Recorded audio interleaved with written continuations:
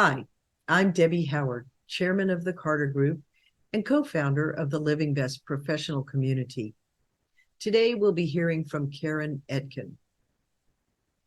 Keren is the author of the AgeTech Revolution, a book about the intersection of technology and aging, and founder of the GeronTechnologist.com, a media platform that covers the global AgeTech ecosystem and offers online courses through its AgeTech Academy. She is also the founder and director of AgeLab Israel at Shenkar College, an interdisciplinary R&D center focusing on AgeTech. Our thanks to Keren Etkin for being with us today.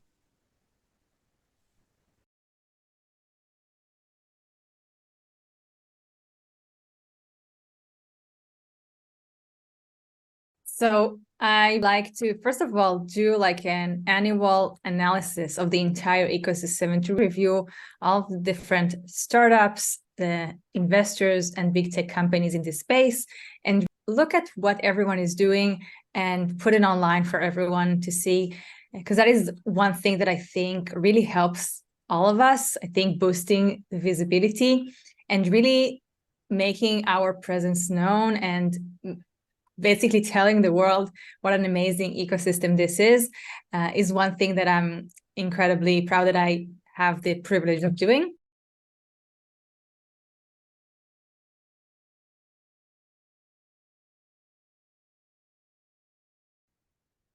So I would say, first of all, the biggest and most important trend is including older adults in the development process. I always like to define age tech as technology that is not just designed to tackle the challenges of aging, but it does so while including older adults in the process. So that is the biggest and probably most important trend there is.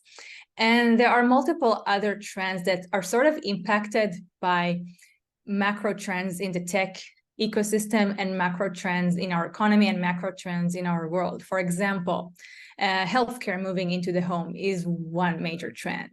The whole birth of generative AI over the past few months is another trend that many startups are already implementing. Whether they've made it public or not, many startups are already using the API of ChatGPT under the hood.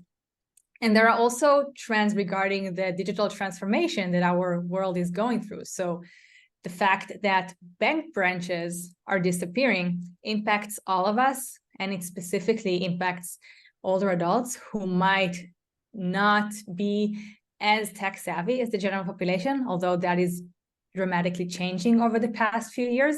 So the fact that more and more services are being consumed via computers, via smartphones, it means that all of the service providers that are providing services to us have to adapt, and they have to make sure they're not just including older adults in the design process, but also using best practices of making digital interfaces inclusive.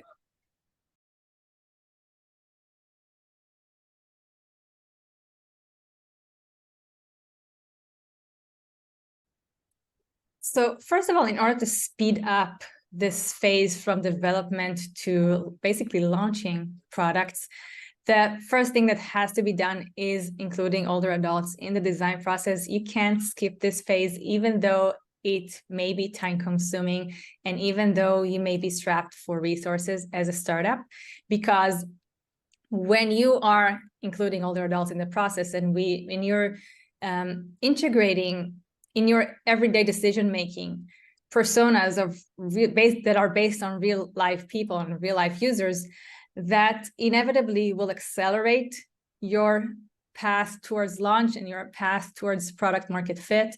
And my personal view on this is also what I think is very, very common, is the sooner you launch, the better, because you're never going to be incredibly proud of your first version that you've launched in hindsight, but the sooner you launch, the sooner you get your product in the hands of real paying users, the sooner you will get real honest feedback on what you did right and what you did wrong, and that will enable you to iterate faster and basically accelerate journey towards product market fit.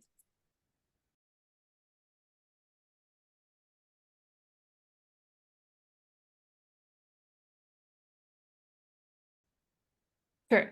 So first of all, I think now is a really exciting time to be a part of this ecosystem, whether as an entrepreneur or a user, or as an elder care provider, or as a designer and engineer, because we are sort of at the convergence of two major trends, the aging of the population and digital transformation that our society is going through.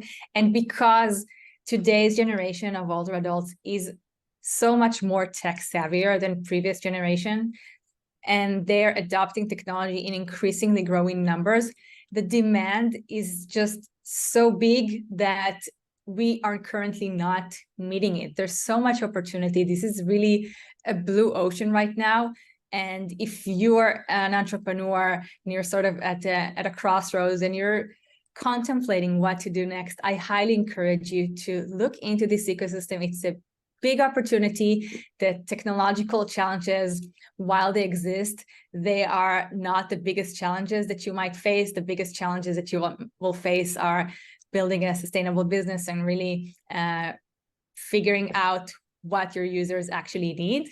And then anyone can build it these days. The technological barriers are not what they used to be. So I highly encourage you to take a step in.